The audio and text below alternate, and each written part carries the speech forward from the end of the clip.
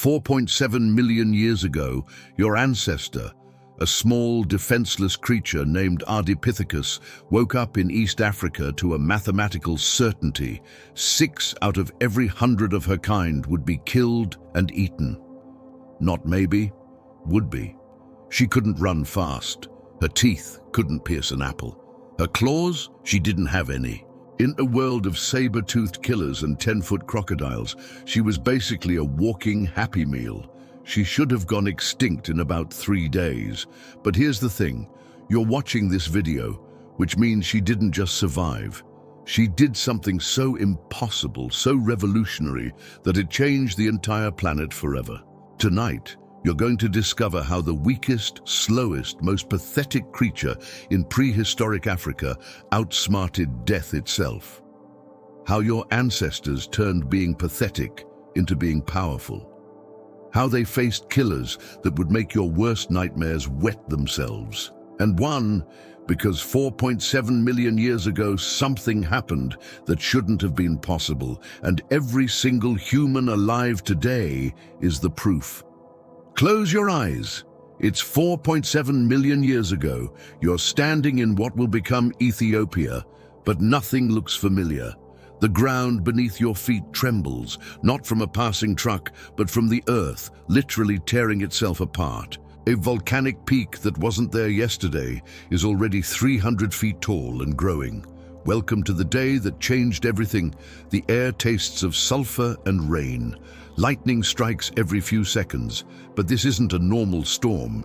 It's the atmosphere going haywire as the East African Rift Valley rips the continent in two, where your descendants will one day find Lucy and Ardi. Right now, there's just chaos, opportunity, and death fighting for dominance.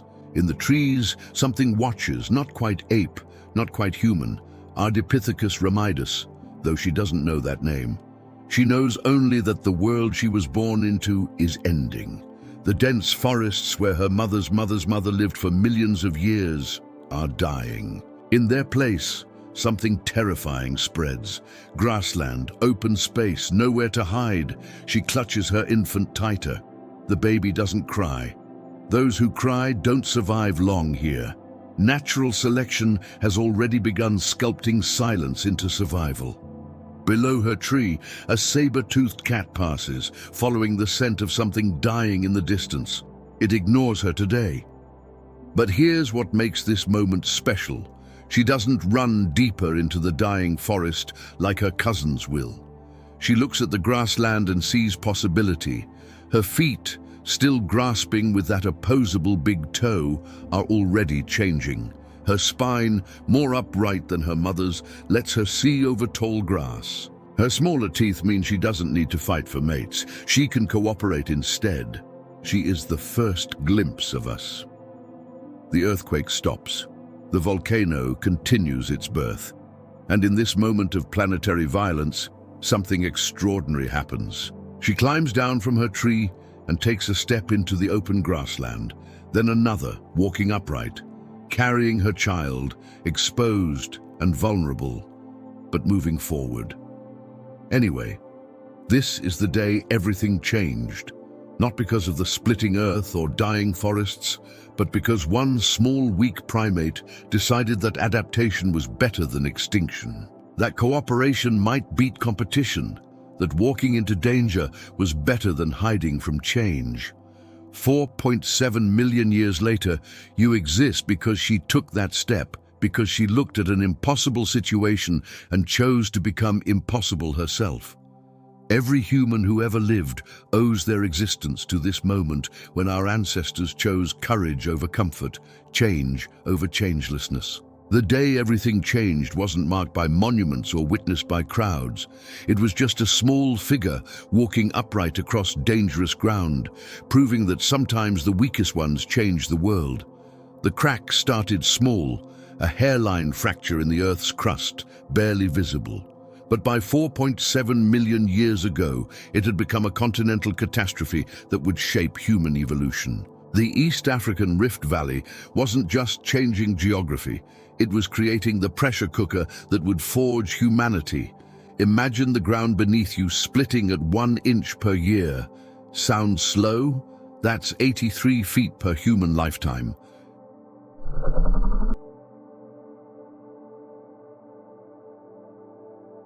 Rivers changed course overnight. Lakes appeared where none existed, then vanished in decades. This wasn't stable ground. It was planetary surgery without anesthesia. Dr. Cynthia Ebinger, studying modern rift activity, discovered something chilling. The rifting process creates chains of volcanoes, earthquakes measuring 7.0 or higher, and toxic gas emissions that can kill everything within miles. Now imagine living through this for millions of years. The Rift Valley became evolution's laboratory. On one side, dense forests clung to existence. On the other, grasslands spread like golden death, beautiful but offering nowhere to hide. Our ancestors found themselves trapped between worlds, forced to master both or perish. But the rift gave as much as it took. Volcanic soil created nutrient-rich patches that attracted prey animals. Freshwater springs emerged from fractured rock. Caves and cliffs provided shelter. The diversity of environments within walking distance meant that when one food source failed, another might thrive just over the ridge. The splitting created what scientists call habitat fragmentation. Isolated pockets where small populations evolved rapidly, like Darwin's finches on steroids. Groups separated by just miles developed different survival strategies, different tools, different ways of walking. The rift was running multiple evolutionary experiments simultaneously. Here's the kicker. This geographic violence created the selection pressure for bigger brains. When your homeland constantly changes, memorizing specific locations becomes useless. You need abstract thinking, the ability to recognize patterns, predict changes, adapt strategies. The rift wasn't just splitting Africa. It was splitting our ancestors' minds wide open. Ardipithecus ramidus lived right at the epicenter. Their fossils cluster along ancient rift margins in sediments laid down by volcanic floods. They weren't just witnesses to planetary change, they were its children. Every adaptation from upright walking to cooperative breeding was a response to living on unstable ground. The archaeological evidence is sobering. Fossil sites show rapid species turnover, animals appearing and vanishing within thousands of years, except for one lineage that learned to treat instability as normal, that learned to walk upright to see danger coming, that learned to cooperate because solo survival was impossible. Today, satellites measure the rift still spreading. In 10 million years, East Africa will be an island. The process that created us continues, indifferent to its greatest creation. But 4.7 million years ago, our ancestors stood at ground zero of this planetary wound and did something remarkable. They refused to break. Let me tell you about the most beautiful nightmare ever created. East Africa, 4.7 million years ago, was a paradise that wanted you dead. Every sunrise revealed landscapes so stunning they'd make National Geographic weep, and so lethal that 6 out of every 100 individuals became predator food. Picture this. Crystal clear crater lakes reflecting snow-capped volcanoes, gallery forests where sunlight filtered through canopies, creating cathedral light. Golden grasslands rippled like seas of honey. It looked like Eden. It hunted like hell. In those beautiful lakes, crocodiles with skulls 10 feet long, not modern crocs that mostly eat fish. These were active hunters that could gallop on land. One fossil skull shows bite marks on an early hominin child. The paradise had teeth, and they were always hungry.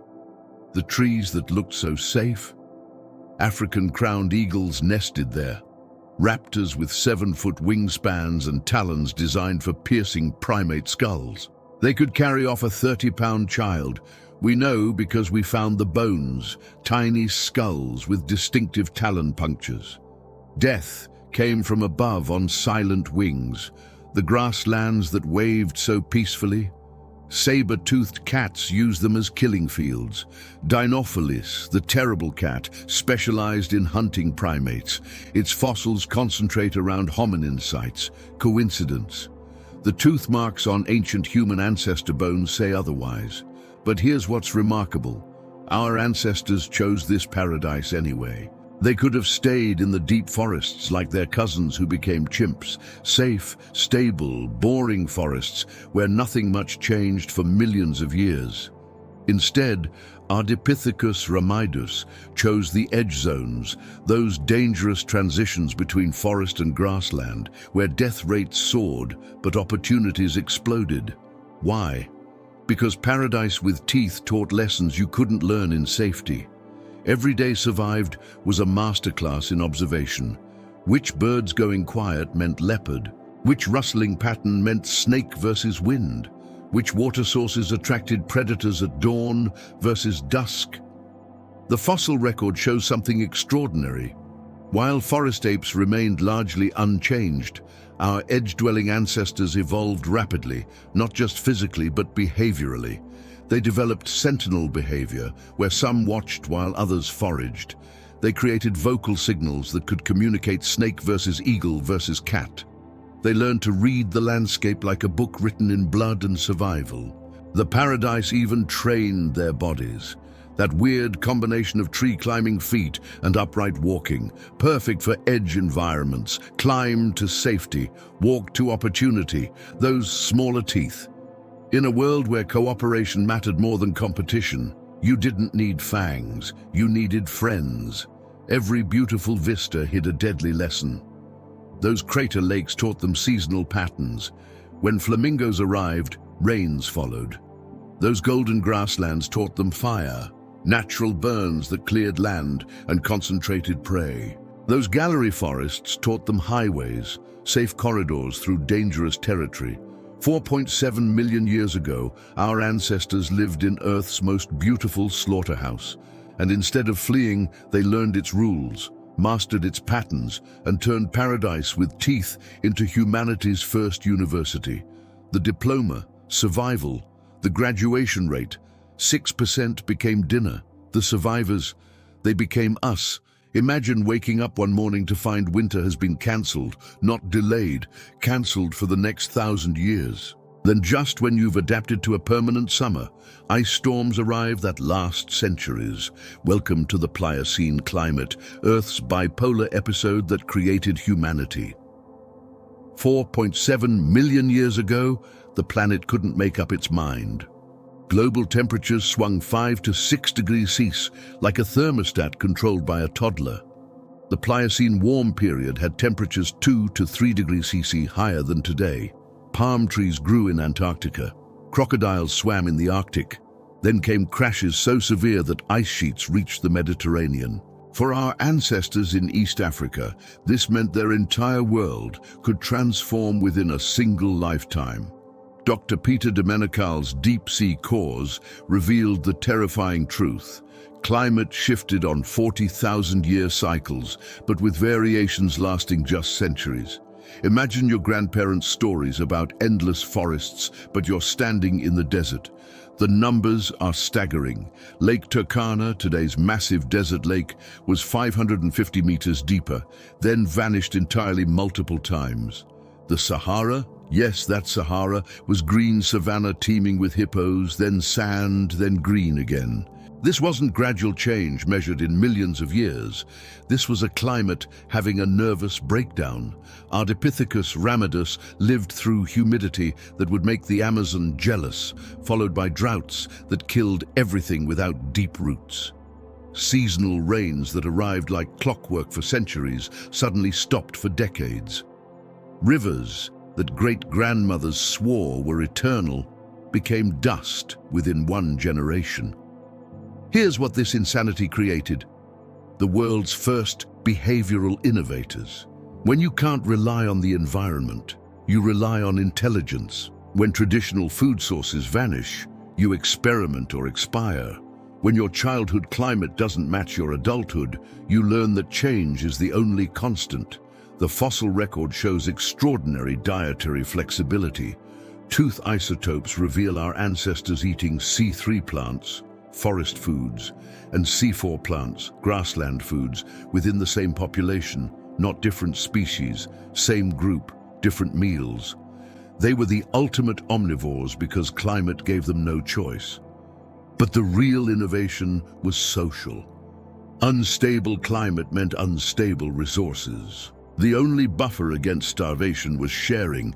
If I feed you during my good season, you feed me during yours. Cooperation became climate insurance. Those who hoarded died alone. Those who shared survived together. The climate insanity also triggered migrations. When your homeland becomes uninhabitable, you walk or die. Ardipithecus populations spread across Africa, not from wanderlust, but from necessity. Each migration meant learning new territories, new dangers, new opportunities. Geographic knowledge became survival currency. Perhaps most remarkably, this climate chaos created generalists. While other species specialized for specific environments and went extinct when those environments vanished, our ancestors learned to survive anywhere. Forest. We can do that. Grassland. No problem. Lake edge, mountain slope, volcanic hellscape. Bring it on. Modern humans complain when seasons arrive late. Our ancestors survived seasons that didn't arrive for centuries. We panic over 1-degree temperature changes. They adapted to 6-degree swings. We have climate anxiety. They have climate reality. The climate that went insane didn't break our ancestors. It built them. Every swing taught flexibility. Every crash taught cooperation. Every unpredictable change taught innovation. 4.7 million years ago, the climate went crazy. Our ancestors went creative. Guess which strategy won? The ground glowed red at night, not metaphorically, literally glowed from lava tubes running beneath the surface, like Earth's visible veins. The Afar Triangle, 4.7 million years ago, was where 3 tectonic plates met to throw the planet's most violent party. And our ancestors didn't just survive here, they thrived. Every few years, a new volcano would birth itself. The lucky ones got weeks of warning. Earthquakes, steam vents, the ground bulging like a geological tumor. The unlucky ones woke to their water source becoming a lava lake overnight. Yet, Ardipithecus remindus fossils concentrate exactly here, in Earth's most volcanically active region. Why? Because volcanic hell was also nutritional heaven. Fresh volcanic soil contains every mineral life needs: phosphorus, potassium, calcium, magnesium. Plants growing in volcanic soil produce more nutrients, grow faster, fruit heavier. Animals eating these plants grow larger, reproduce faster. The entire food chain supercharges on volcanic minerals. Hell's Garden was Earth's most productive ecosystem. Dr. Celia Nyamweru, studying modern African volcanoes, discovered something stunning. Within 5 years of an eruption, volcanic slopes support 10 times the biomass of normal soil. It's devastation, followed by abundance on steroids. But living in paradise required dancing with the devil. Volcanic gases could kill silently. Carbon dioxide pooling in valleys at night, suffocating everything sleeping low. Fluorine in volcanic ash poisoned water sources. Pyroclastic flows moved at 450 mmPa, incinerating everything in their path. This wasn't occasional danger, this was daily Russian roulette. Our ancestors developed an intimate knowledge of volcanic behavior that modern volcanologists would envy. They knew which earthquakes meant evacuate now versus just the planet stretching. They recognized which steam meant water versus which meant death. They could read volcanic mood swings like facial expressions. The archaeological evidence is mind-blowing. Fossil sites show repeated occupation of the same locations despite multiple volcanic deposits. They weren't fleeing volcanoes, they were following them. After each eruption, they'd return to harvest the bounty that followed.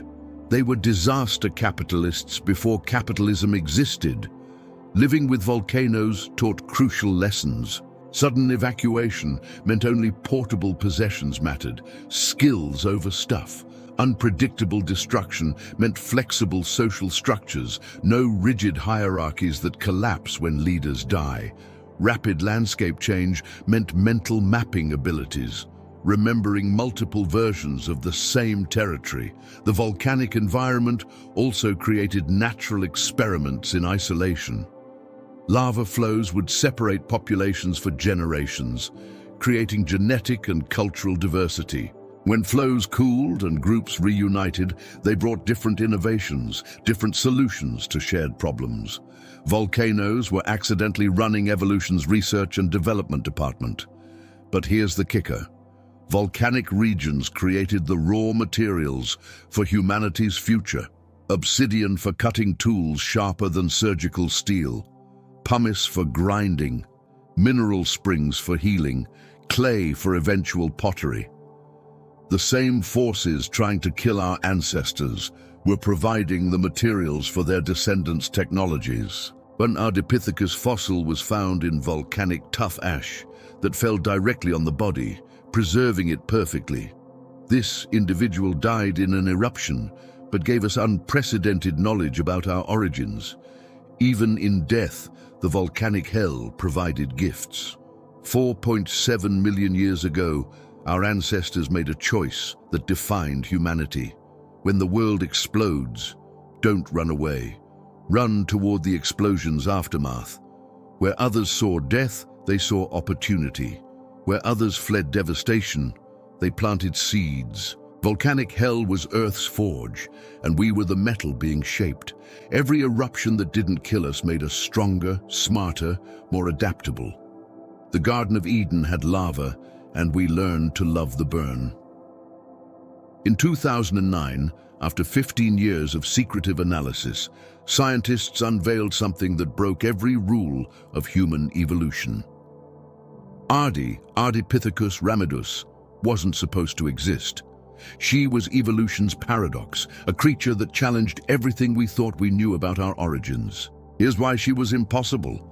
She walked upright but had grasping feet. She lived on the ground but retained tree-climbing abilities. She had a small brain but complex social behaviors. She was weak but survived where stronger species died. Every anatomy textbook said she couldn't work, yet there she was, 4.4 million years old and laughing at our theories. Dr. Tim White, who led the discovery team, couldn't hide his shock. We expected to find something between humans and chimps. Instead, we found something that was neither, something entirely unique. Ardi rewrote the textbook before we could finish reading it. Let's talk about those feet. Modern apes have feet like hands, great for gripping branches, useless for walking.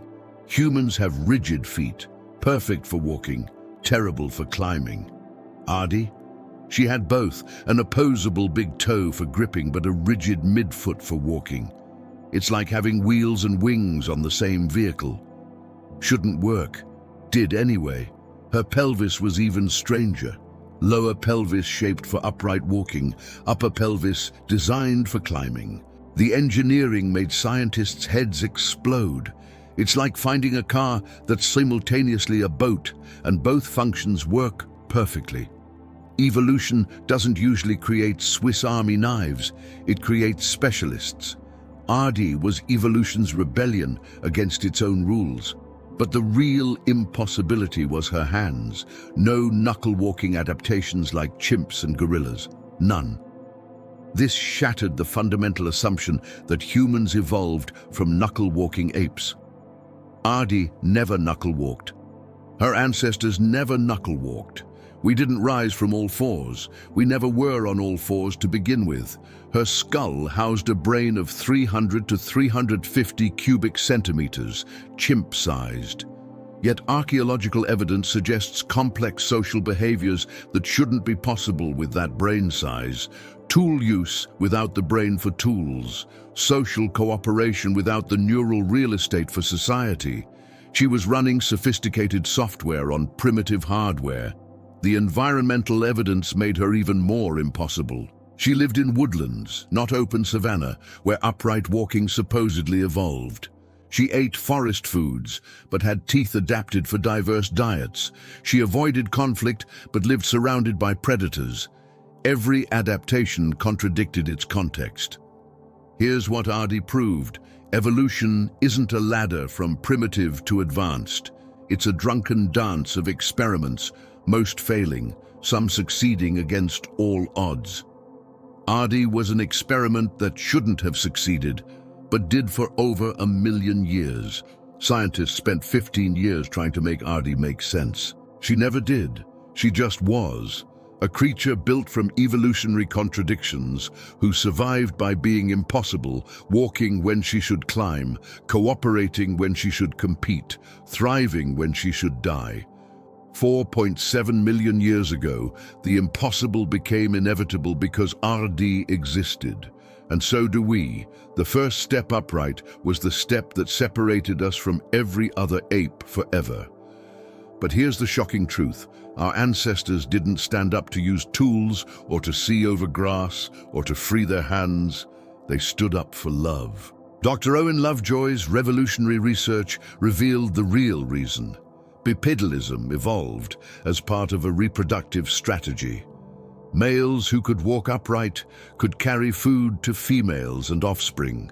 It was about provisioning, not prowess. Think about that. The defining characteristic of humanity, upright walking, evolved because some male 4.7 million years ago figured out that bringing breakfast in bed beats chest thumping for mates. Romance reshaped our skeleton. But standing up was almost a death sentence. Upright walking made our ancestors slower, more visible and vulnerable from every angle. A quadrupedal chimp can outrun a bipedal human any day. Standing meant sacrificing speed for what exactly? Everything. Standing up freed the hands completely, not just to carry food, but to carry infants. Ape babies cling to their mother's fur. Human babies can't cling to anything, they must be carried. Bipedalism allowed mothers to transport helpless infants while still gathering food. It turned a liability into mobility. The spine tells the story of this transformation. Ardipithecus had an S-curved spine, not the C-curve of apes. This S-curve was an engineering genius, distributing weight over the pelvis, creating shock absorption for walking. But it came with a price: lower back pain. Every human with back problems is paying the price for standing up 4.7 million years ago. Standing changed how we breathed. Apes breathe in rhythm with their walking, 1 breath per stride. Humans can breathe independently of movement. This meant our ancestors could control breathing for something else, complex vocalization. Standing up gave us the mechanical foundation for speech. The pelvis transformation was brutal on females. Narrower hips for efficient walking meant smaller birth canals. Babies had to be born earlier, more helpless, requiring more care. Standing up created the obstetrical dilemma that still kills mothers in childbirth. Evolution demanded a terrible trade: walk or reproduce easily. Our ancestors chose walking, but the benefits were staggering. Standing meant seeing predators sooner. It meant less body surface exposed to midday sun. It meant appearing larger to threats. It meant carrying tools, food, and babies simultaneously. It meant gesturing with hands while moving. It meant becoming human. The archaeological record shows the transition wasn't instant. Ardipithecus could walk upright, but retained climbing abilities. They hedged their evolutionary bets, keeping options open. Smart move in a world where trees meant safety and ground meant opportunity. Energy efficiency sealed the deal. Walking upright uses 75% less energy than knuckle walking. Over a lifetime of daily travel, that's millions of calories saved. Calories that could go to bigger brains, longer childhoods, more offspring. Standing up was the first domino. Everything else, tools, language, culture, civilization, followed from that first upright step. One small step for an ape, one giant leap for ape kind. 4.7 million years ago, our ancestors stood up. the universe would never be the same. Here's the paradox that shouldn't exist. Ardipithecus ramidus had a brain barely larger than a chimp's 300 to 350 cubic centimeters, yet displayed social behaviors that would challenge modern apes with twice the neural capacity. They were running quantum computers on vacuum tubes. Dr. Dean Falk, studying endocasts of early hominin skulls, discovered something remarkable. It wasn't brain size that mattered, it was brain reorganization. They were rewiring the circuits while keeping the same hardware. The numbers are humbling. Modern humans want 350 cubic centimeter brains. Ardipithecus, 325 cubic centimeters. We have 4 times more brain. Yet they'd already figured out cooperation, pair bonding, and complex social structures. They were doing calculus with an abacus. So how did they outsmart muscle with such tiny brains? They cheated. Instead of growing expensive brain tissue that requires massive calories, they developed external brains. Culture, information stored in traditions, passed between generations, accumulated without genetic change. They invented the cloud storage of consciousness. The fossil evidence shows something extraordinary. While contemporary apes used the same tools for millions of years, Ardipithecus populations showed regional variations. Different groups developed different solutions to similar problems. This wasn't genetic evolution, it was cultural evolution, and it was faster than biology. Their small brains forced efficiency. Modern humans use 20% of our calories for brain function. Ardipithecus couldn't afford that luxury. They had to be selective. So they specialized in what mattered most: social intelligence, reading group dynamics, remembering relationships, predicting behaviors, the stuff that keeps you alive when you're weak. Here's what they figured out. In a group of 30 individuals, there are 435 possible relationships to track. Who's allied with whom, who owes favors, who holds grudges. Ardipithecus brains became specialized social computers, trading raw processing power for relationship RAM. The neurological evidence is indirect but compelling. Reduced sexual dimorphism meant less male competition, which meant more energy for cooperation rather than conflict. Their brains didn't need circuits for managing aggression. They could repurpose that neural real estate for collaboration. They also discovered the ultimate brain hack: borrowing others' brains. Why remember everything yourself when you can distribute knowledge across the group? One remembers water sources, another remembers predator patterns, another remembers seasonal foods. The group brain was bigger than any individual brain. This small brain strategy had unexpected benefits. Smaller brains meant shorter gestation, easier birth, faster maturation. While big brain species struggled with reproduction, Ardipithecus could pop out babies relatively quickly, each one carrying the cultural software of the group. The small brain also forced innovation in communication. Without the capacity for storing vast vocabularies, they developed rich, non-verbal communication, gestures, expressions, postures, an embodied language that conveyed complex information without words. They were doing more with less. Perhaps most remarkably, their small brains taught them humility. They couldn't outthink problems individually, so they had to out-cooperate them collectively. Every challenge required group solutions. Every innovation needed social validation. Every survival decision was crowdsourced. Modern humans pride themselves on big brains, but Ardipithecus proved that brain size is vanity. What matters is how you use what you have. They took a chimp-sized brain and rewired it for cooperation, culture, and community. 4.7 million years ago, evolution ran an experiment. Could intelligence emerge from networking rather than raw neural power? The answer changed the world. Small brain, big impact. That's the power of thinking together.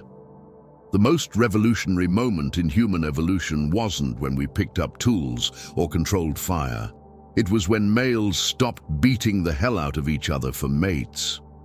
This happened 4.7 million years ago, and it changed absolutely everything. Look at male gorillas, 400 pounds of muscle and rage with canine teeth like daggers. Male chimps, smaller but violent, forming coalitions to murder rivals. Then look at Ardipithecus males, virtually the same size as females with tiny canines that couldn't intimidate a rabbit. What happened?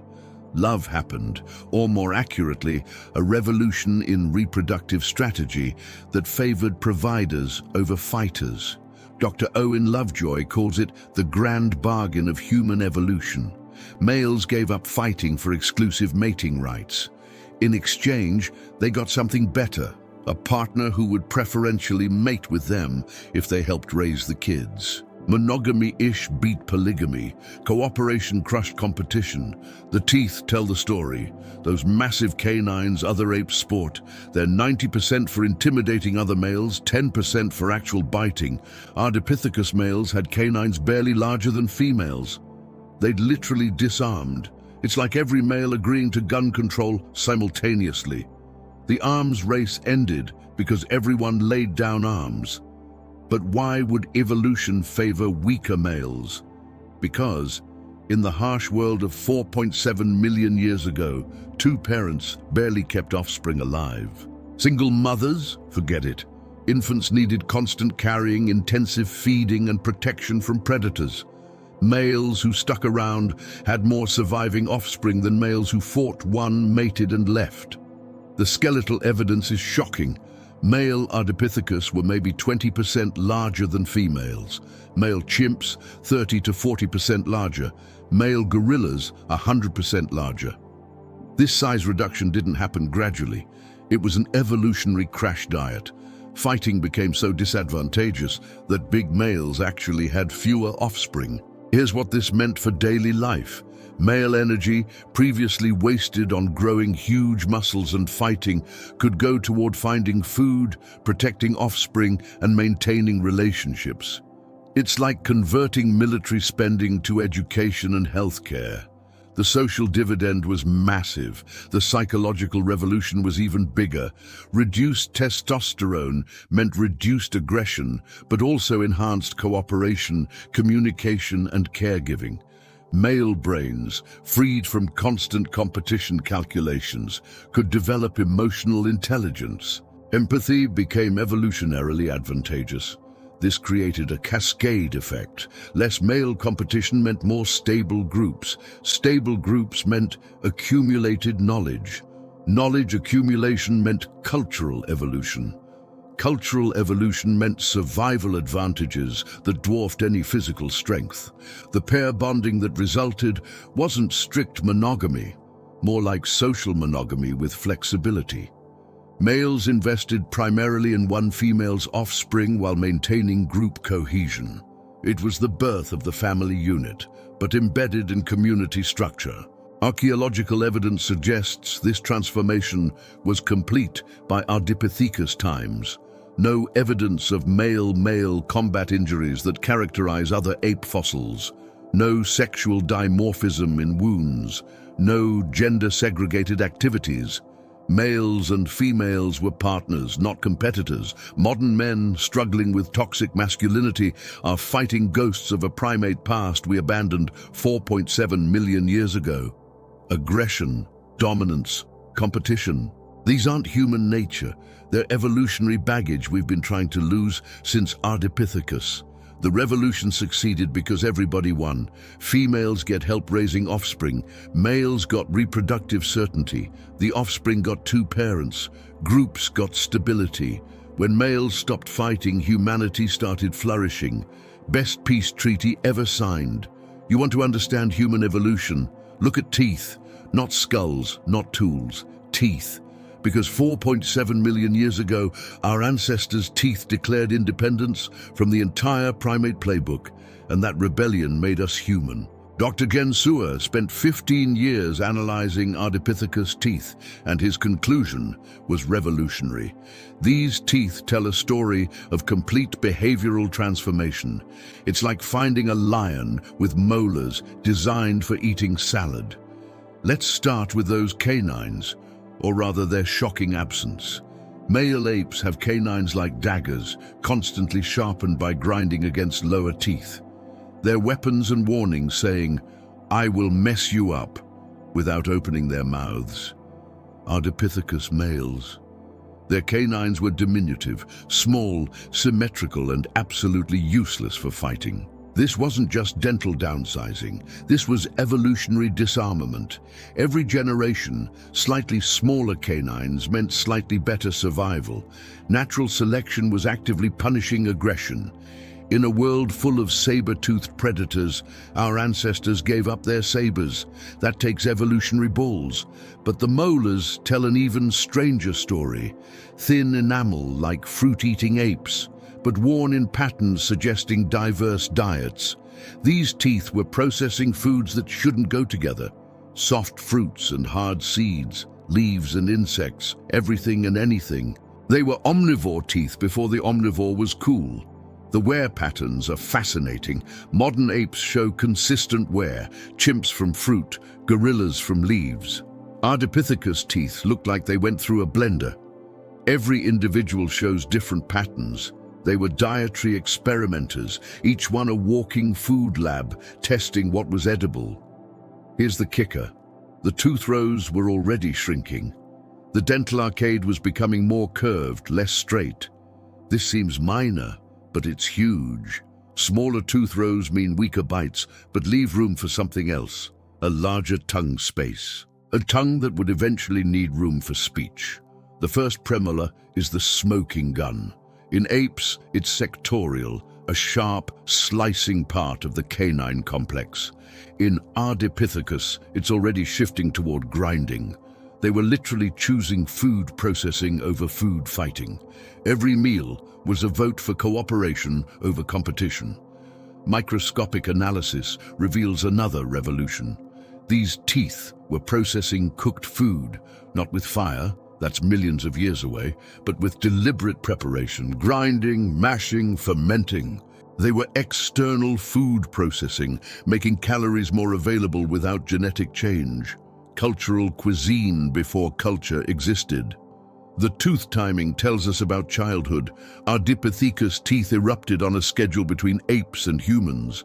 Childhood was already extending. Longer childhood meant more learning time, more dependency, more need for cooperative child rearing. The teeth were forcing social revolution. But perhaps most remarkably, these teeth showed no sexual dimorphism in wear.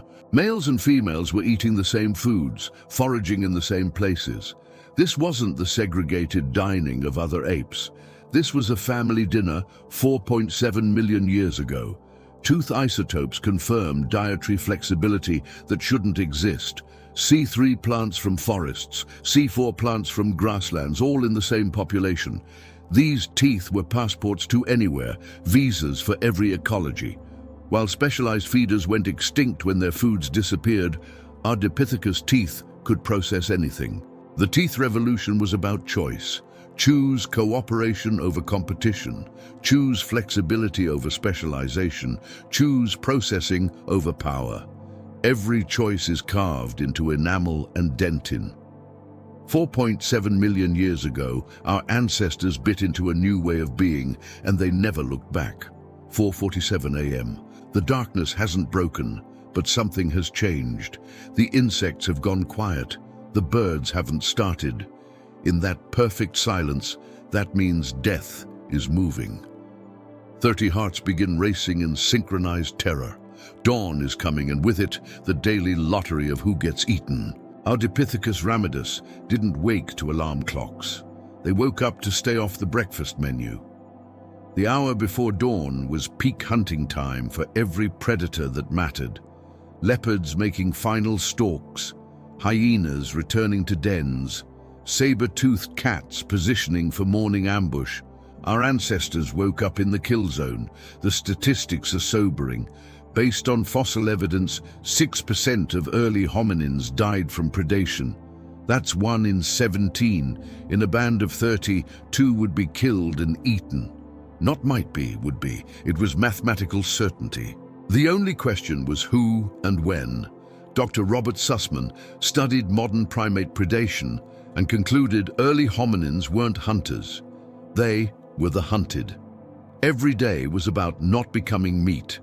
The morning routine was choreographed survival. First movement, visual scan from sleeping trees. Second, acoustic assessment. What's making noise? What's gone quiet? Third, olfactory check. Predator scent carries far in still morning air. Only after triple confirmation of relative safety would descent begin. But here's what's remarkable. They didn't huddle in terror. They developed the world's first early warning system, sentinel behavior. Someone was always watching, while others prepared for the day. Acoustic signals that specified threat type and direction. Deception calls that sent predators toward empty forest while the group escaped elsewhere. The descent from sleeping trees was terrifying geometry. Too fast risked falling, too slow meant exposure. The most vulnerable, mothers with infants, elderly, injured, went in the middle. The most expendable, young males, took point and rear guard. Evolution had choreographed the evacuation order. Ground contact triggered immediate formation changes. Spread enough to avoid mass casualty from single attack. Close enough for mutual support. Children in the center, adults facing outward, moving like a single organism with 30 pairs of eyes. The morning trek to water was Russian roulette. Predators knew the water routes, but dehydration was as deadly as teeth. So they developed time shifting, varying their water visits, never establishing patterns predators could anticipate. Random survival. Predictable was death. Here's what saved them. Collective vigilance. One pair of eyes covers maybe 120 degram. 30 pairs cover everything. When modern researchers test vigilance in groups, they find exponential improvement. A group of 4 has 16 times better predator detection than an individual. A group of 30, essentially omniscient. But dawn meant more than just survival. It meant opportunity. Predators making kills meant carcasses to scavenge. Nocturnal creatures returning to dens meant briefly vacant territories. The hunted became opportunists, turning their predators' schedules into feeding opportunities. The morning inspection of night's casualties was a grim routine. Missing members, blood trails, sometimes remains. The group would investigate, learn, remember. Every death taught lessons. That tree wasn't safe, that route was compromised, that predator was getting bolder. 4.7 million years ago, dawn wasn't beautiful. It was terrifying. But our ancestors turned terror into intelligence, fear into strategy, vulnerability into vigilance. Every sunrise they survived was a victory against odds that would break modern humans. Dawn of the hunted, dusk of the triumphant. One more day without breakfast. Staying alive when everything wants to eat you is an art form. Ardipithecus ramidus turned not being eaten into science, strategy, and sheer stubborn brilliance. They wrote a book on survival. Chapter 1. Everything is trying to kill you. Chapter 2. Don't let it. The predator list was a nightmare roster. Dinophilis, the false saber-tooth, specialized in hunting primates. Its fossils concentrate around hominin sites because we were its favorite food. Crocodilus thorbjornsoni, with skulls over 5 feet long, could gallop on land. Agriotherium, the giant bear dog, combined a bear's strength with a dog's speed. African crowned eagles could carry off children. Even small predators like jackals hunted in coordinated packs. But our ancestors discovered the ultimate anti-predator weapon: confusion. Dr. Lynn Isbell's research revealed something stunning. Primates that evolved with venomous snakes developed better vision. Those that evolved with diverse predators developed better cognition. Early hominins evolved with everything trying to kill them. They developed genius. The confusion strategy was brilliant. Never sleep in the same trees twice, never use the same paths, never establish patterns. Predators are habit machines. By being randomly random, our ancestors broke the predator algorithm. They also weaponized weakness. Injured individuals didn't hide. They performed exaggerated limps in safe areas, drawing predator attention while healthy members foraged elsewhere. Mothers with infants made obvious noise in one direction while the group moved opposite. They turned vulnerability into misdirection. The acoustic arsenal was sophisticated, not just alarm calls, but false alarms. Leopard calls when there is no leopard, sending actual leopards investigating non-existent rivals. Snake alarms that made birds mob empty ground, revealing real snake locations through bird behavior. They were hacking the entire ecosystem's communication network. Physical defenses were desperately creative. Thorn branches dragged to sleeping sites, natural barbed wire, stones thrown not to hit, but to create noise distractions, feces rubbed on bodies to mask scent, mud coating to confuse thermal detection. They were prehistoric special forces using everything as weapons, but the masterpiece was psychological warfare. They studied predator personalities, that leopard favors left approaches, this crocodile is patient, that eagle hunts at specific angles. They built behavioral profiles of individual predators, predicting their moves like chess grandmasters. The group defense was revolutionary. When threatened, they didn't scatter like other prey. They coordinated. Adults formed walls.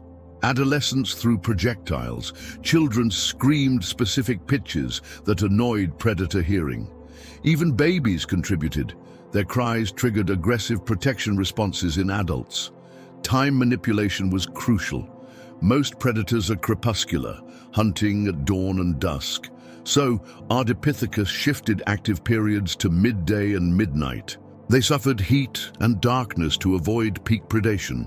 They were time hackers, stealing hours when predators least expected activity. The landscape reading was PhD-level ecology.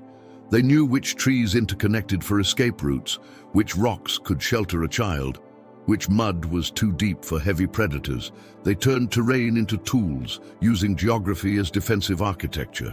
Perhaps most brilliantly, they turned predators against each other, leading pursuing leopards toward crocodile territory, making noise that attracted hyenas to lion kills, starting conflicts between competing predators while escaping during the chaos. Not being eaten required constant innovation, perfect teamwork, and acceptance that today's successful strategy was tomorrow's death trap. They didn't just avoid predation, they turned it into selection pressure for intelligence. 4.7 million years ago, everything tried to eat our ancestors. Our ancestors said no with style. Here's the ultimate Paleolithic paradox. Every calorie you needed to survive required risking becoming calories for something else. Finding food wasn't just foraging, it was a daily dance between starvation and predation. Our ancestors had to eat without being eaten. The menu 4.7 million years ago was diverse but deadly. Fruits hung in trees where leopards lounged, tubers grew in soil where snakes hunted, insects hid under bark where spiders struck. Every food source was also a killing field. Grocery shopping could literally kill you. Dr. Richard Wrangham's research reveals the brutal math. Early hominins needed about 1 to 1,800 calories daily, but acquiring those calories exposed them to predators for 6 to 8 hours. Every meal was a calculated risk. Ardipithecus developed foraging strategies that would impress military tacticians. Never feed alone. Isolation meant death. Never focus completely on food. Distraction means death. Never deplete a source. Predictability means death. They turned gathering into guerrilla warfare. The formation was sophisticated. Core foragers in the center actually collecting food, sentinels in trees watching for threats, scouts ahead checking new areas, decoys making noise elsewhere. It was a prehistoric SEAL team where the mission was lunch. Seasonal knowledge was encyclopedic, not just when fruits ripened, but when they were perfect. Too early meant toxins. Too late meant competition. They tracked dozens of species across thousands of acres, maintaining mental maps that would challenge GPS systems. Every individual was a walking botanical database. But here's the genius. They learned to follow, but not compete with other species. Baboons located in the water. Birds revealed fruit. Elephants opened tough pods.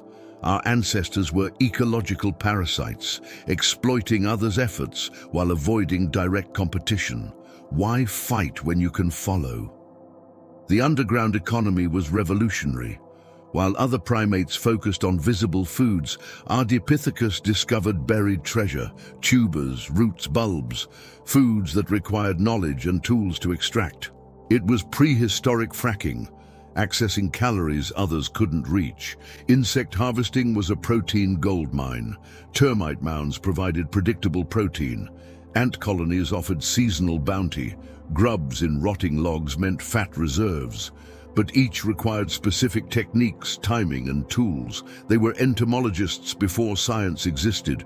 The fallback food strategy saved lives. When preferred foods failed, they had a hierarchy of alternatives. Bitter leaves that required processing, seeds needing grinding, bark that could sustain but not nourish. They were culinary survivalists, making inedible edible through desperation and innovation. Risk distribution was mathematical. Send strongest to dangerous fruit trees, keep vulnerable near safe tubers, rotate exposure so no individual faced constant danger. They were unconsciously calculating probability matrices that would challenge actuaries. Food sharing wasn't charity, it was insurance. Feed others today because tomorrow you might find nothing. The fossil record shows no evidence of starvation in some, while others feasted. Everyone ate, or no one did. It was socialism born from survival necessity. The processing revolution extended consumption, crushing nuts between stones, grinding seeds into paste, fermenting fruits for preservation. They were adding value to raw materials, extracting more calories from the same resources. Prehistoric food engineering. Perhaps most remarkably, they turned dietary flexibility into an evolutionary advantage. While specialized feeders went extinct when food disappeared, Ardipithecus could eat anything. Their digestive systems were Swiss Army knives, processing whatever kept them alive. Finding food without dying required perfect integration of knowledge, cooperation, and courage. Every successful meal was a victory against an environment designed to starve or slaughter you. 4.7 million years ago, our ancestors were hungry, but they were smart, and smart beats hungry. Eventually, water. You need it every 48 hours, or you die. But 4.7 million years ago, every water source was where death waited. Rivers meant crocodiles, lakes meant hippos, springs meant ambush sites. Even morning dew could kill you if you licked it from the wrong leaf. Water wasn't life, it was Russian roulette, where staying hydrated meant risking everything. The fossil record around ancient water sources tells horror stories. Hominin bones with crocodile puncture marks, skulls crushed by hippo jaws, group death sites where entire bands were ambushed while drinking. Water holes were prehistoric killing fields where thirst drove prey into predator jaws. Dr. Rick Potts, studying Olduvai Gorge, found something chilling. Hominin fossils concentrated at paleo water sources, but so did carnivore fossils. These weren't peaceful oases, they were gladiator arenas where only the smartest survived. Ardipithecus developed water strategies that Navy SEALs would admire. First rule, never drink where you drank yesterday. Predators learn routines. Second rule, never all drink at once. Someone watches, someone drinks, someone scouts ahead. Third rule, time shift everything. Dawn, too dangerous. Dusk, death sentence. Midday heat. Sometimes that was the only safe option. The approach to water was choreographed paranoia. Send juveniles to high ground for observation. Adults spread in a semicircle facing outward. Fastest runners positioned for escape routes. Children and elderly in protected centers. Movement to water's edge in waves, never committing everyone at once. But here's the innovation. They learned to read water politics. Which crocodiles were territorial versus nomadic? Which hippo pools were nursing sites, avoid at all costs versus bachelor pads, slightly less deadly? They built behavioral maps of individual predators, knowing that the big croc hunted Tuesdays, but sunbathed Thursdays. Acoustic intelligence was crucial. The silence that meant hidden predator, the bird calls that indicated safety, the insect patterns revealing recent disturbance. They were reading nature's security reports, interpreting environmental intelligence that modern humans can't even perceive. They discovered water alternatives others missed, dew collection from leaves, risky but sometimes safer than open water, rain pools in tree hollows, temporary but predator-free, underground springs accessed through narrow openings, defensible positions. They were water engineers finding H2O where others saw only danger. The carrying revolution changed everything, using large leaves as temporary vessels, animal bladders as portable containers, hollow gourds as water storage. They were liberating themselves from geographical water dependence, carrying lifelines. That meant they didn't need daily waterhole roulette. Seasonal patterns became survival maps. Wet season meant dispersed water, lower predator concentration, safer drinking. Dry season meant concentrated death zones, where everything converged on shrinking pools. They learned to stockpile during safe seasons, preparing for dangerous droughts. The social dynamics around water were complex. Who drinks first, the thirstiest or the most valuable? How long do you wait for missing members at water rendezvous? When do you abandon contaminated sources? Every decision had life or death consequences. Chemical detection saved lives. They learned which water carried disease by smell, taste, and color. Sulfur meant volcanic contamination. Algae meant toxins. Clear didn't mean clean. They were prehistoric water quality inspectors, using senses we've forgotten we have. Perhaps most remarkably, they turned water scarcity into social bonds, sharing water source knowledge with other bands, creating reciprocal agreements for drought seasons, building networks where water information meant mutual survival. Water shaped everything, where they slept, how they moved when they traveled. Every decision revolved around hydration versus predation. It was the daily gamble where winning meant living another day and losing meant becoming crocodile calories. 4.7 million years ago, every sip could be your last. But our ancestors were thirsty and clever, and they figured out how to drink without drowning in their own blood. That's evolution under pressure. Darkness fell like a death sentence. No fire to ward off shadows, no weapons beyond grabbed branches, no walls except what nature provided. For Ardipithecus ramidus, every nightfall was psychological torture that modern horror movies can't touch. The night didn't just hide predators, it belonged to them. The trees were everything, not shelter, sanctuaries, the difference between waking up and being dragged into darkness by something with night vision and very sharp teeth. But even trees weren't safe. Leopards climb, snakes climb, even lions could reach lower branches. Safety was relative, measured in degrees of probably won't die. Dr. Charles Nunn, studying primate sleep, discovered something terrifying. Early hominins probably slept only 4 to 5 hours nightly in short bursts. Deep sleep meant death. They existed in chronic sleep deprivation that we'd consider torture. The sleeping arrangement was strategic architecture. Strongest adults took outer positions, first line of defense, mothers with infants in center, maximum protection. Adolescents distributed throughout early warning system. Everyone touching someone, movement meant immediate alert. It was a living security system where your body was someone else's alarm. But here's what's remarkable. They learned to weaponize darkness, throwing rocks into night, to trigger predator responses revealing positions, creating false sleep sites with arranged branches while actually sleeping elsewhere, using darkness that terrified them as cover for their own deceptions. The acoustic night world was their internet. Every sound meant something. Leopard coughs were GPS, tracking predator movement through darkness. Hyena whoops were distance calculators, how far and how many. Insect silence was a proximity alert. Something big just moved close. They were reading darkness through sound, building mental maps of invisible dangers. Tree selection was life or death real estate. Too thick meant no escape routes. Too thin meant no support. Perfect trees had multiple exit paths, interconnecting branches to neighbors, height beyond ground predator reach, but below climbing predator comfort zones. They were prehistoric architects, designing with survival specs. The evening ascent was choreographed terror. Who climbs first? The vulnerable who need time or the strong who can defend? How do you carry infants up trunks?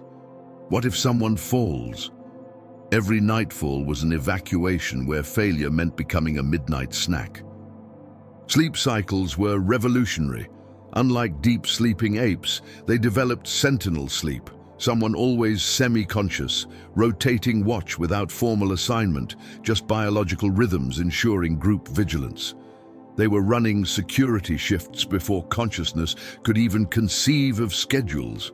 Night sounds were their television, stories told in darkness to maintain wakefulness, soft vocalizations confirming everyone's presence, rhythmic breathing that meant safety, the disruption of pattern that triggered instant alertness. They turned darkness into a communication medium. Urination and defecation were deadly logistics. Descending meant exposure. Holding it meant discomfort affecting alertness. They developed specific branches for waste, disgusting but safer than ground trips. They were managing biological needs under threat of death threat. The morning count was grim routine. Everyone there, anyone injured, blood trails suggesting taken members. The night survival wasn't celebrated, it was assessed for lessons.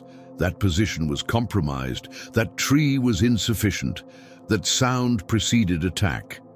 But perhaps most remarkably, they turned night terrors into evolutionary pressure for intelligence. Darkness demanded enhanced hearing, smell, and touch. Fear drove social bonding. Vulnerability created cooperation. The night that terrorized them also made them human. Every sunset, they climbed into darkness, knowing statistical probability meant someone somewhere wouldn't see sunrise. Every dawn was a small victory against a night designed to kill them. 4.7 million years ago, our ancestors didn't sleep. They survived until morning. There's a difference, and that difference made us. Before marriage, before love, before any human conceived of till death do us part, Ardipithecus ramidus invented something that would define humanity forever. The family unit, not the chest-thumping harem of gorillas or the free-for-all chaos of bonobos. Real families, mom, dad, kids, and the revolutionary idea that everyone mattered. Dr. Owen Lovejoy's analysis of Ardipithecus revealed the smoking gun. Males and females were nearly the same size. This only happens when males stop competing for multiple mates and start investing in offspring. These were the world's first nuclear families. Think about what this meant. A male Ardipithecus chose one female and her offspring over the traditional primate strategy of mate and leave. He was gambling his entire genetic future on quality over quantity. In a world where infant mortality hit 50%, this was either insanity or genius. Genius won. The archaeological evidence is beautiful. Fossil sites show adults and juveniles together, not segregated by sex like other apes. Male and female footprints side by side. Death sites where adults clearly died protecting young. Not just mothers, but fathers too. These weren't breeding groups, they were families. But here's what's revolutionary: paternal certainty. In most primates, males have no idea which offspring are theirs, so they don't invest. Why risk your life for maybe not your kid? But pair bonding created reasonable certainty. That infant the female carried, probably yours if you've been together. Suddenly, male investment made evolutionary sense. The division of labor was already emerging. Males, with their slightly larger bodies, took on higher-risk foraging. Females, managing infants, focused on predictable resources, not rigid roles. The fossil record shows flexibility, but tendencies that maximized offspring survival. Extended childhood changed everything. Ardipithecus young remained dependent longer than any ape. This meant overlapping offspring, mom nursing newborn while dad helped feed toddler. The family became an economic unit, not just biological. Everyone contributed, everyone benefited. Grandmothers entered the picture. Post-reproductive females, who should be evolutionary dead ends, became secret weapons.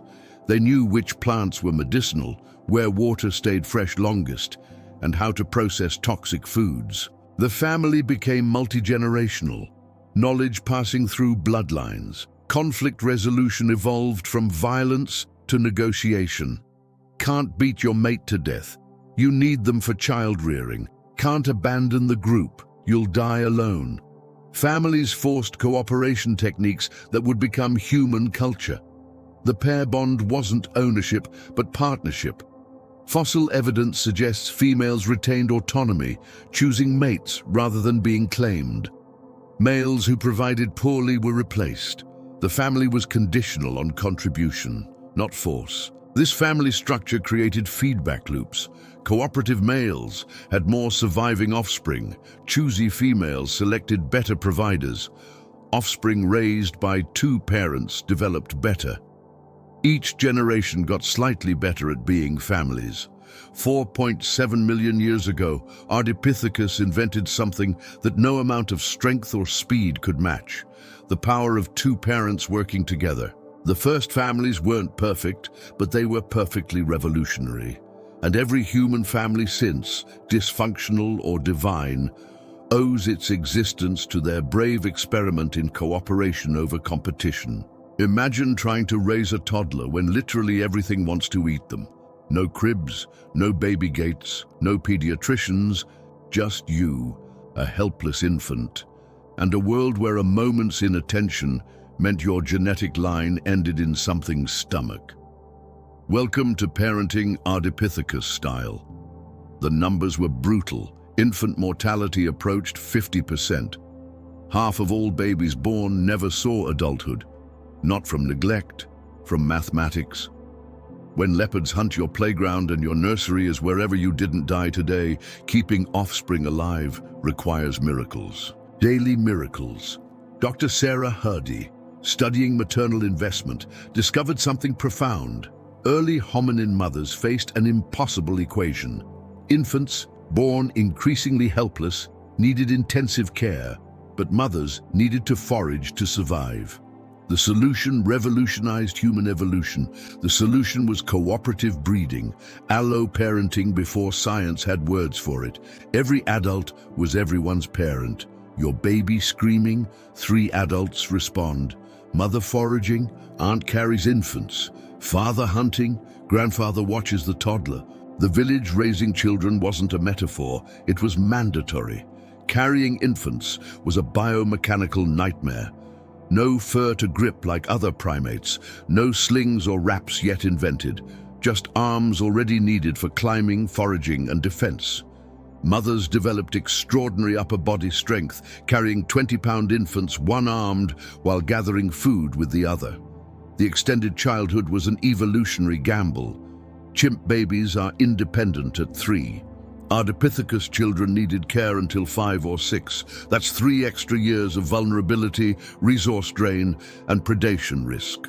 But those extra years meant extra learning, extra brain development, extra human potential. Night was worst, keeping infants quiet in trees while predators prowled below. A crying baby was a dinner bell for everything with teeth. Parents developed incredible techniques: constant physical contact, immediate nursing, rhythmic movement. They were sleep training for survival, not convenience. Weaning was a calculated risk. Too early meant malnutrition. Too late meant delayed next pregnancy in a world where reproductive windows were narrow. The fossil record shows weaning around age 3, later than apes, earlier than modern humans. the sweet spot for survival. Teaching survival started immediately. Infants carried during foraging learned plant identification through observation. Toddlers practiced alarm calls. Children as young as 4 contributed to group defense by throwing stones. Childhood was apprenticeship, where graduation meant not dying. The psychological pressure on parents was crushing. Every decision, where to forage, when to move, which tree to sleep in, affected offspring survival. One wrong choice meant your bloodline ended. They were making life or death decisions with Stone Age information. Disease and parasites were invisible killers. No antibiotics, no understanding of germs, just watching children waste away from things you couldn't see or fight. The helplessness must have been devastating, yet they developed primitive medicine, specific plants for specific symptoms, learned through deadly trial and error. Protection required constant vigilance, not helicopter parenting, survival parenting. Every adult tracked every child peripherally. The fossil record shows adults who died in defensive positions around juveniles. They literally formed human shields against predation. But here's what's remarkable. They didn't just keep children alive, they helped them thrive. Evidence of play, of learning, of childhood joy. Despite the terror, they created pockets of safety in a hostile world. Raising children in hell forged the human capacity for hope, sacrifice, and love under impossible conditions. Every parent owes them gratitude. They figured out how to nurture in a nightmare. Private property, personal space, mine. These concepts would have killed Ardipithecus ramidus in about 3 days. 4.7 million years ago, sharing wasn't a virtue, it was victory. The choice was simple. Share everything or lose everything, starting with your life. The fossil record reveals something extraordinary. No evidence of resource hoarding, no rich burials versus poor ones, no skeletal evidence of some eating while others starved. Everyone ate, or everyone hungered. It was socialism by necessity, communism by survival imperative. Dr. Michael Tomasello, studying cooperation evolution, discovered humans are the only apes that share food with non-relatives. This began with early hominins who realized that feeding others today meant being fed tomorrow. The math of sharing was elegant. You find tubers today, I find none. You share, I survive. Tomorrow I find fruit, you find nothing. I share, you survive. Next week we both find food, we both share with someone who found nothing. The group survives.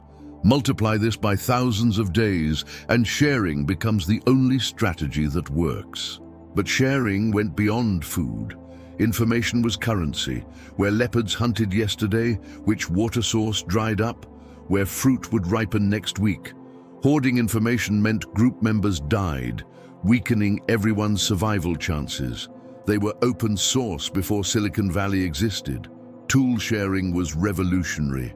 That perfect hammerstone passed around the group, that sharp flake used by whoever needed it. Personal tools didn't exist because personal didn't exist. Everything was communal because community was everything.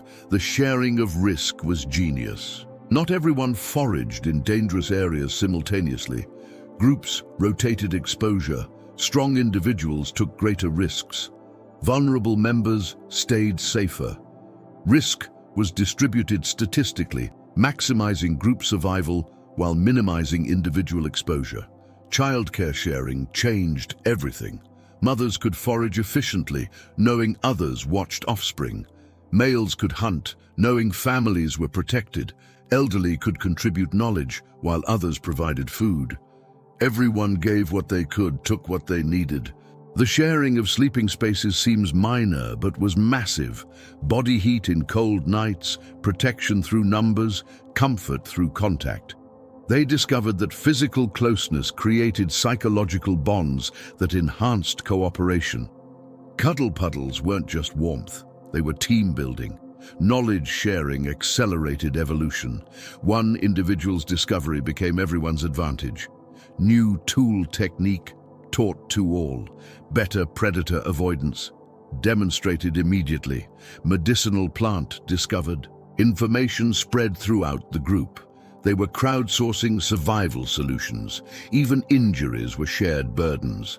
Fossil evidence shows individuals with disabilities who lived years requiring care. Broken legs that healed with support. Missing teeth requiring processed food. The group absorbed individual weakness, converting liability into loyalty. The sharing economy extended between groups.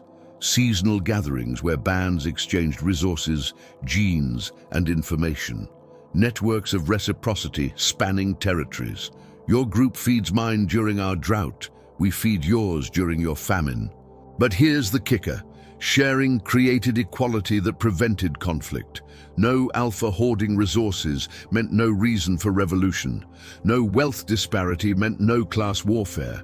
They accidentally discovered that economic equality equals social stability. The tragedy of the commons never occurred because there were no commons. Everything was personal because everything was everyone's. Your loss was my loss. My gain was your gain. 4.7 million years ago, our ancestors discovered that the best way to have enough was to ensure everyone had enough. Sharing wasn't charity, it was strategy.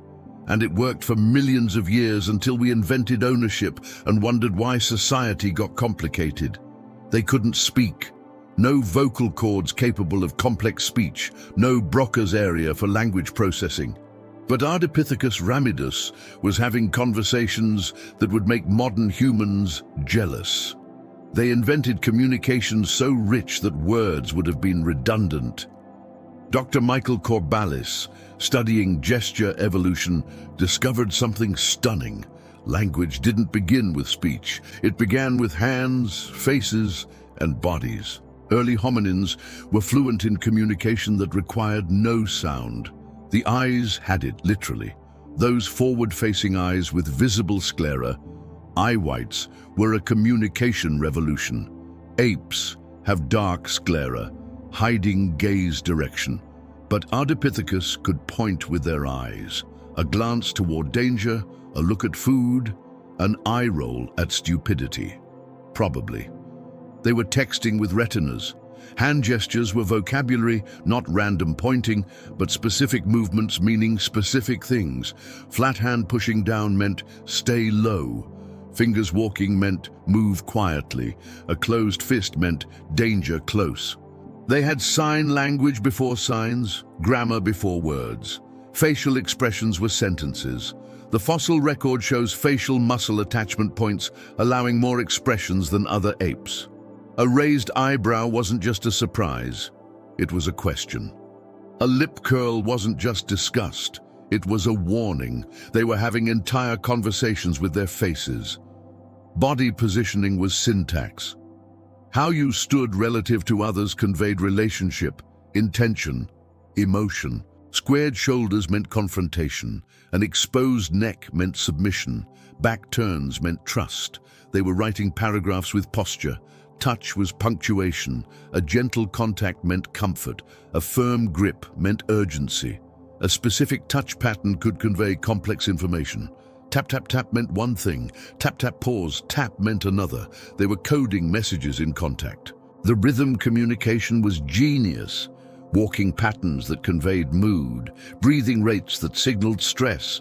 Heartbeats felt through close contact, revealing fear or calm. They were broadcasting biological Wi-Fi signals. Chemical communication flew under consciousness. Pheromones indicating fertility, fear, sickness, or aggression. They couldn't control it, but they could read it, knowing who was stressed, who was sick, who was ready to mate, all through smell. They were having conversations their conscious minds didn't even know about. Vocal communication existed, but was limited. Not words, but tones. A specific grunt for food here, a particular whistle for all clear, a certain hum for comfort baby. They were creating proto-words from pure sound. The synchronized communication was beautiful. Groups moving together without verbal coordination, hunting parties operating in silence, foraging groups spreading and converging through pure gesture. They were dancing survival, choreographing existence.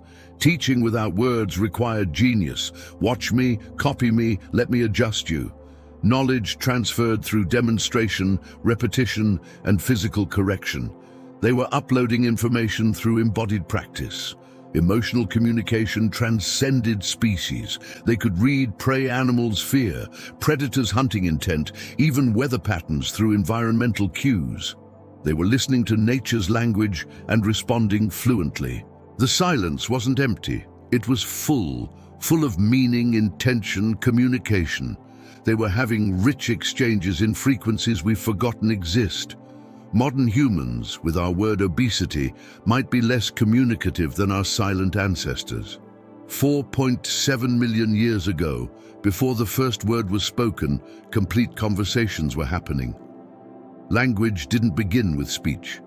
It began with the desperate need to share meaning in a world where understanding meant survival. Words were just the latest update to an operating system millions of years old.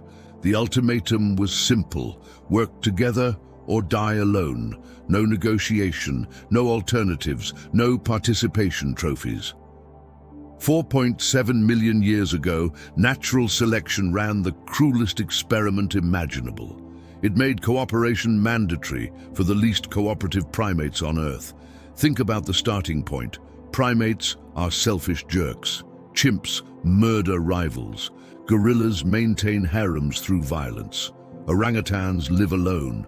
Then comes Ardipithecus, weak and defenseless, told by evolution, cooperate perfectly or go extinct. It's like asking cats to synchronize swimming. Dr. Brian Hare, studying cooperation evolution, calls it survival of the friendliest. But friendliness understates it. This was survival of the radically, desperately, innovatively cooperative. The evidence is everywhere. Synchronized footprints in volcanic ash, groups moving as one unit, mass kill sites where coordination brought down prey no individual could touch, defensive formations preserved in death, adults circled around children facing outward.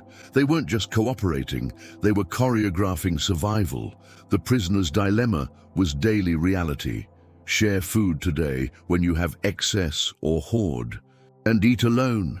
Trust others to watch your infant or never forage efficiently. Join group defense against predators or hide and hope others handle it. Every choice between selfish and social had life or death consequences. But here's the genius. They rigged the game, made cooperation so beneficial that selfishness became suicide. Lone individuals couldn't spot predators from all angles. Death couldn't hunt large prey. Starvation couldn't raise offspring alone. Genetic death. Cooperation wasn't nice. It was necessary. The free rider problem should have killed cooperation. Why risk yourself if others will protect you? Why share if others will feed you? But they solved it through reputation. In groups of 30, everyone knew everyone. Selfish individuals were remembered, excluded, abandoned. Your reputation was your lifeline. Reciprocal altruism emerged from raw necessity. Not, I'll help you because it's right, but I'll help you because tomorrow I'll need help. Every cooperative act was an investment in future survival. They were banking karma before banks or karma existed. Division of labor maximized efficiency. Not everyone did everything. Some excelled at tracking, others at plant identification, some at tool making, others at childcare. Specialization only works with cooperation.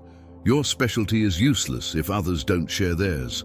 Collective intelligence emerged from individual limitations. One person remembering all water sources. Impossible. 30 people each remembering some? Complete coverage. One person watching for all predators? Exhausting. 30 people watching together? Comprehensive surveillance. Conflict resolution without violence became mandatory. Can't kill group members? You need them. Can't exile them? You'll weaken defenses. Had to develop compromise, negotiation, reconciliation. They were inventing diplomacy because a democracy of survival demanded it.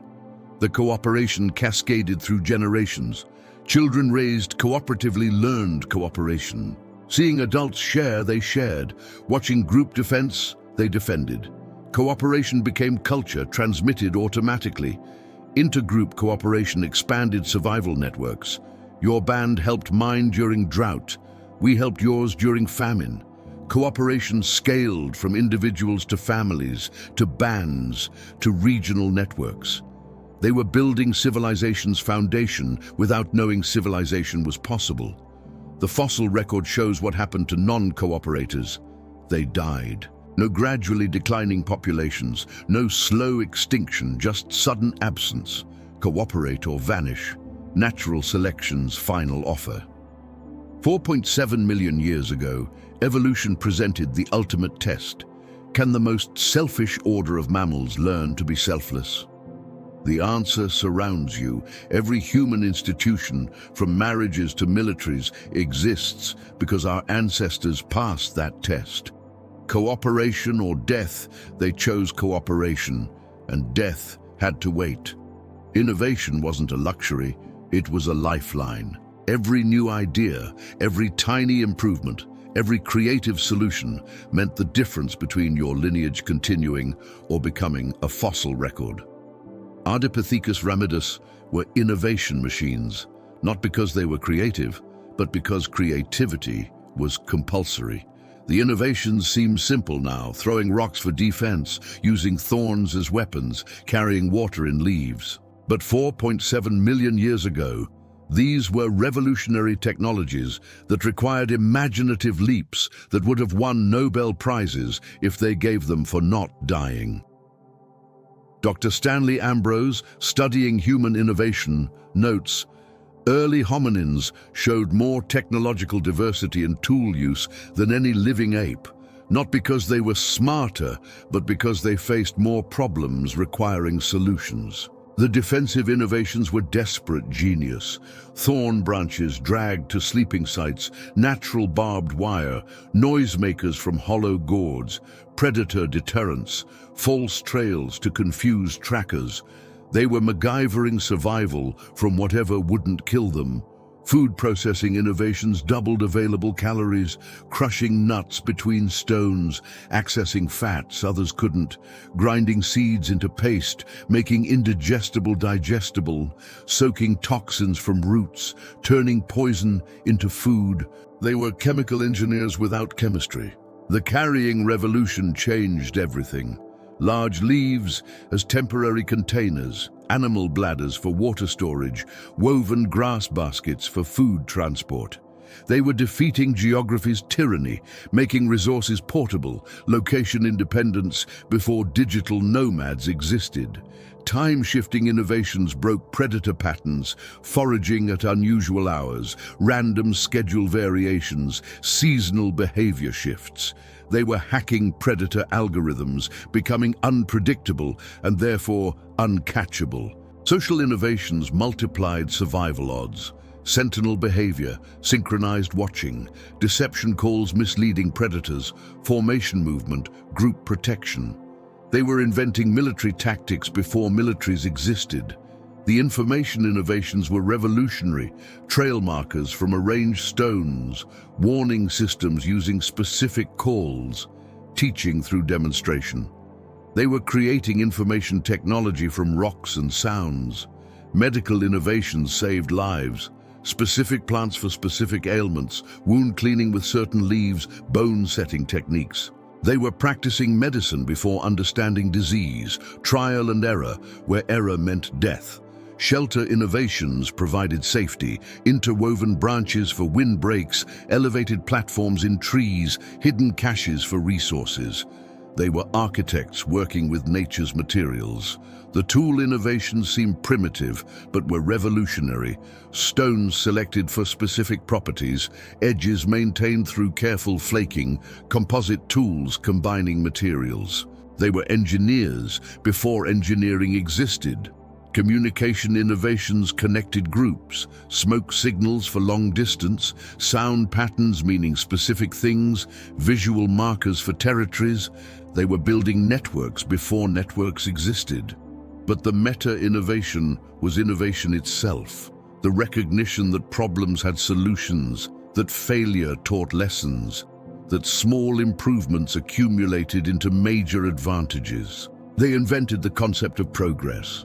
Each innovation built on previous ones. Carrying led to storage, storage led to surplus, surplus led to sharing, sharing led to specialization. Innovation cascaded through culture. Failed innovations littered their path. Tools that didn't work, strategies that got someone killed, plants that were actually toxic, but failure was education, and education was evolution. The innovation rate accelerated over time. More problems meant more solutions. More solutions meant more survival. More survival meant more innovators. They were running evolution's first R&D department. 4.7 million years ago, our ancestors faced impossible problems. They innovated impossible solutions. Every human innovation since, from fire to smartphones, follows the pattern they established. Desperate need drives creative solutions. Innovation wasn't their choice, it was their only chance. Here's evolution's greatest punchline. The weakest ape became the dominant species, not despite weakness, because of it. Ardipithecus ramidus turned every disadvantage into advantage, every vulnerability into victory. They weaponized weakness in ways that would make Darwin dizzy. No fangs, developed diplomacy, no claws, created tools, no fur, invented clothing, no speed, perfected persistence, no strength, mastered strategy. They were evolution's ultimate underdog story, winning by losing traditional competitions. Dr. David Carrier, studying human evolution, observed, our ancestors' physical weakness forced behavioral innovations that proved more powerful than any physical attribute. Weakness was the selection pressure that created intelligence. The strength disadvantage was staggering. Male chimps are 1.3 times stronger than human males, pound for pound, but Ardipithecus males were even weaker. In direct confrontation, they'd lose to basically everything, so they never confronted each other directly. Weak jaws meant different diets.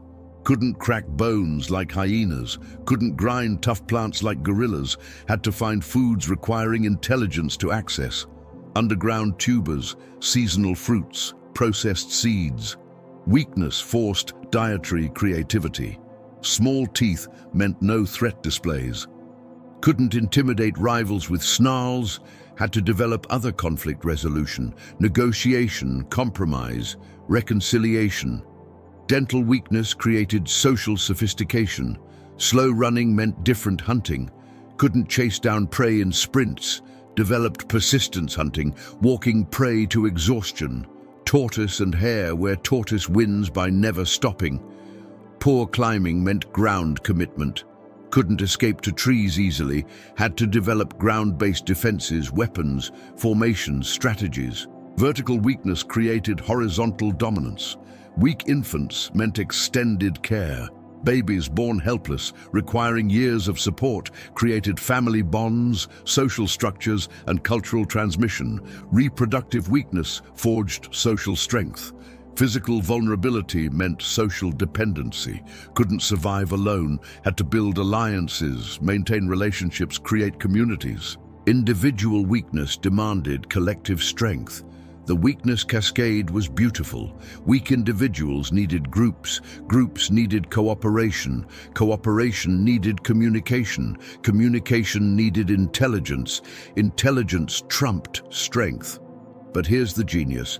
They turned weakness into flexibility. Strong species are specialized, locked into specific strategies. Weak species must adapt, improvise, overcome. Weakness meant options. The predation pressure on weak prey created hypervigilance, better sensory processing, enhanced pattern recognition, and predictive capabilities. Weakness sharpened minds that strength would have dulled. Reproductive weakness forced quality over quantity. Couldn't have many offspring like rodents, had to invest heavily in few. Each child represented massive investment, forcing parental care innovations. Competitive weakness meant avoiding competition. Why fight when you'll lose? Find empty niches, exploit unused resources, create rather than compete. Weakness pioneered entrepreneurship. The weakness actually attracted mates. Non-threatening males got closer to females, provided rather than dominated. Females chose providers over fighters. Sexual selection for weakness, evolution's ironic twist. Technological weakness spurred innovation. No biological weapons meant creating artificial ones. No natural defenses meant building them. Every weakness became an engineering challenge. The weakness network effect was powerful. Weak individuals helping weak individuals created strong groups. Weakness recognized weakness, fostering empathy, cooperation, mutual aid. 4.7 million years ago, nature's rejects became Earth's architects. Weakness wasn't a bug, it was a feature. Every human achievement stems from ancestors too weak to win fairly, so they changed the rules. Weakness became strength when strength became a liability. Best upset in evolutionary history. Morality wasn't philosophical, it was practical. Every human value we cherish today was born from desperate necessity 4.7 million years ago. Kindness, fairness, loyalty, courage, these weren't virtues. They were survival strategies that worked. Sharing emerged because hoarding meant death. When resources are unpredictable, the only buffer is reciprocity. Share today, survive tomorrow. Generosity wasn't generous, it was insurance. They invented altruism accidentally while trying not to starve. Fairness developed from group dynamics. Unfair resource distribution created conflict. Conflict weakened defense. Weak defense meant predation. Fairness wasn't justice, it was stability. They created equality because inequality was extinction. Loyalty arose from mutual dependence. Abandon group members, lose future support. Betray trust, become an outcast. Outcasts died alone. Loyalty wasn't noble, it was necessary. They invented faithfulness from fear of isolation. Courage came from calculation. Sometimes facing danger protects offspring. Sometimes fighting saved groups. Courage wasn't brave, it was mathematical. Risk yourself to save two relatives. Your genes survive. They discovered heroism through genetic algebra. Compassion emerged from child-rearing needs. Infants require empathy to survive. Reading needs, anticipating problems, providing comfort. Compassion wasn't soft, it was strategic. They developed kindness because harshness killed babies. Honesty developed from reputation economics. Lie about danger, people die. Trust vanishes. No trust, no cooperation. No cooperation, no survival. Honesty wasn't moral, it was mandatory. They told the truth because lies were literally deadly. Respect arose from knowledge preservation. Elders held survival information. Disrespect them, lose wisdom. Lose wisdom, repeat fatal mistakes. Respect wasn't courtesy, it was continuity. They honored age because age held answers. Responsibility emerged from group dynamics. Negligence affected everyone. Your mistake could kill others. Others' survival was your survival. Responsibility wasn't mature, it was mutual. They were accountable because accountability kept everyone alive. Sacrifice developed from parental investment. Parents dying for offspring preserved genes. Individuals dying for group preserved culture. Sacrifice wasn't noble, it was evolutionary. They gave lives to give life. Patience came from persistence hunting. Quick gratification meant lost opportunities. Wait for ripeness, wait for weakness, wait for advantage. Patience wasn't a virtue, it was victory. They learned waiting because rushing meant ruin. Justice emerged from preventing freeloaders. Those who took without giving weakened groups. Punishment prevented parasitism. Justice wasn't fair, it was functional. They created consequences because consequences created cooperation. Humility developed from environmental reality. Nature didn't care about ego. Arrogance meant underestimating danger. Humility wasn't modest, it was smart. They stayed humble because hubris was homicide. Trust arose from vulnerability. Had to trust others with offspring, trust others with safety, trust others with resources. Trust wasn't faith, it was necessity. They trusted because independence was impossible. Hope emerged from survival statistics. Most died, some survived. Focus on possibility, not probability. Hope wasn't optimistic, it was essential. They hoped because despair was death. Love developed from pair bonding. Emotional attachment ensured parental investment. Love for offspring ensured care. Love for the group ensured loyalty. Love wasn't romantic, it was practical. They loved because love meant living. Every value modern humans claim as a civilized achievement was actually born from uncivilized desperation. 4.7 million years ago, morality wasn't philosophy, it was technology, behavioral technology that turned desperate apes into successful humans. Values weren't discovered, they were forged in survival's furnace, and they worked. We've gained the world and lost our minds. Modern humans, surrounded by abundance our ancestors couldn't imagine, have forgotten the lessons written in blood and bone over 4.7 million years. We're suffering from evolutionary amnesia, and it's killing us slowly. Ardipithecus knew every group member intimately. We have 500 Facebook friends and feel lonely. They shared everything, we hoard everything and wonder why society fractures. They cooperated for survival. We compete for sport and call it success. Dr. Sebastian Junger, studying modern tribalism, notes, "We've created a society that's antithetical to human evolution. We're psychologically starving in physical abundance. They slept in groups, constant physical contact providing security. We sleep alone in locked boxes wondering why anxiety skyrockets. They knew danger was external. We've internalized threats that don't exist, creating mental predators worse than any saber-tooth. They walked 5 to 10 miles daily. We sit for 10 hours and buy gym memberships. They ate diverse wild foods. We eat processed monocultures and develop allergies to nature. They lived by circadian rhythms. We blast ourselves with blue light and wonder why we can't sleep. Community was mandatory. Now it's optional, and we're opting out. They raise children collectively. We do it alone and burn out. They had 30 people who'd die for them. We have insurance policies and no one to call at 3 a.m. They knew their purpose, survival and continuation.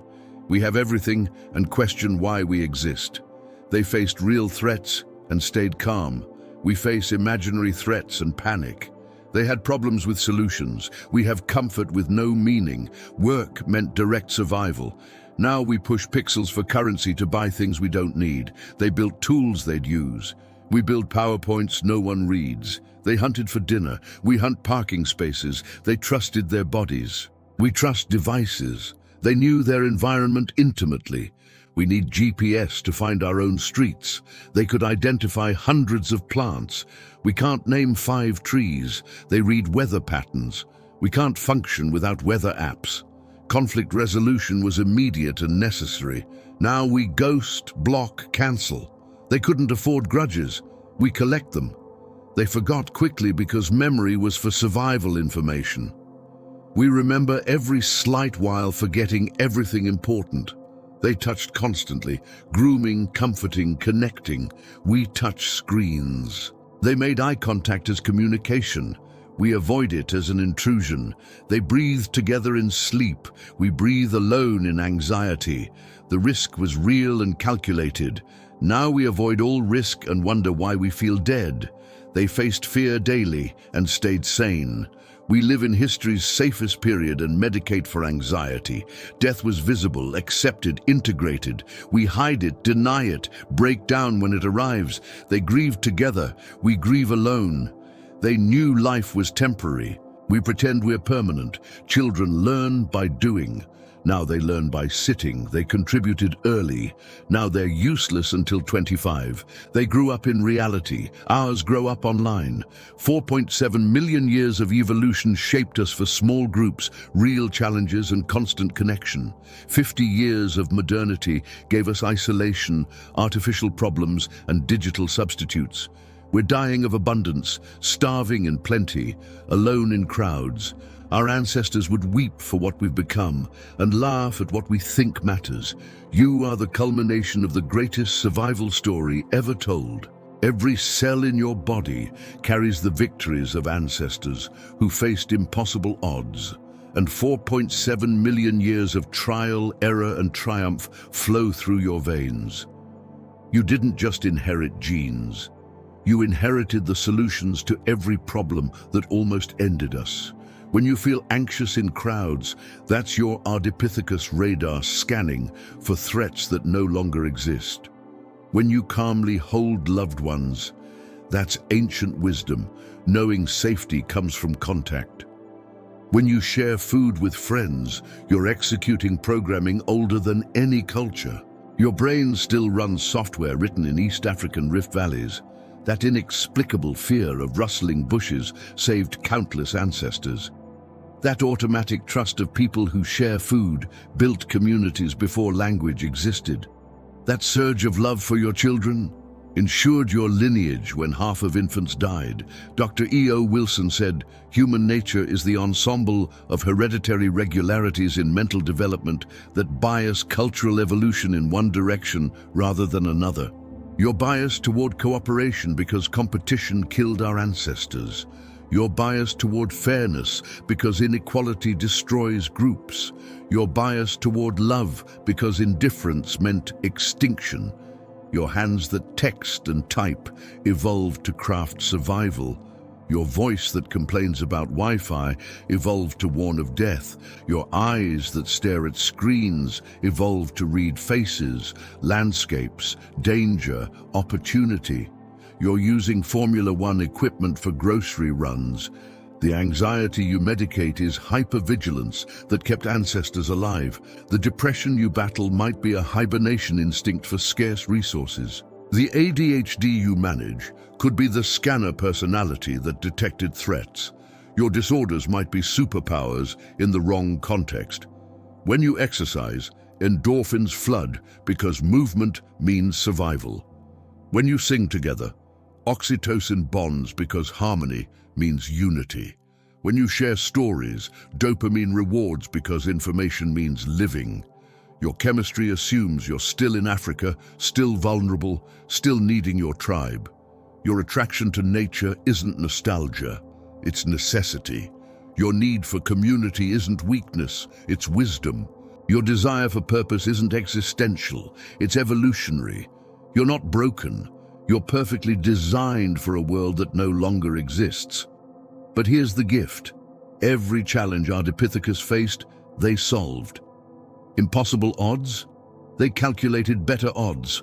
Unbeatable predators? They became unbeatable cooperators. Hostile environment? They became Earth's most adaptable species. You carry their solutions. When modern life threatens, you have 4.7 million years of problem solving in your bones. When isolation hurts, you have community building in your blood. When the future seems impossible, you have impossible victories in your DNA. Your ancestors didn't just survive, they prevailed against predators that should have eaten them, against climates that should have killed them, against odds that should have ended them.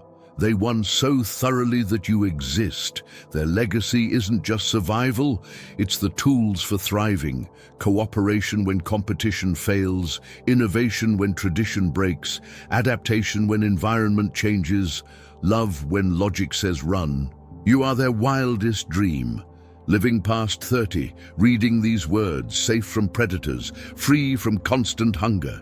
You are also their greatest experiment. Can the lessons learned in desperation apply to abundance? Can cooperation, forged in necessity, survive prosperity? Can love developed for survival flourish in safety? 4.7 million years ago, something that shouldn't exist decided to exist anyway. That impossibility became a possibility. That possibility became you. Your inheritance isn't just genes, it's the proof that impossible is temporary. That's what Ardipithecus gave you. Now what will you do with it?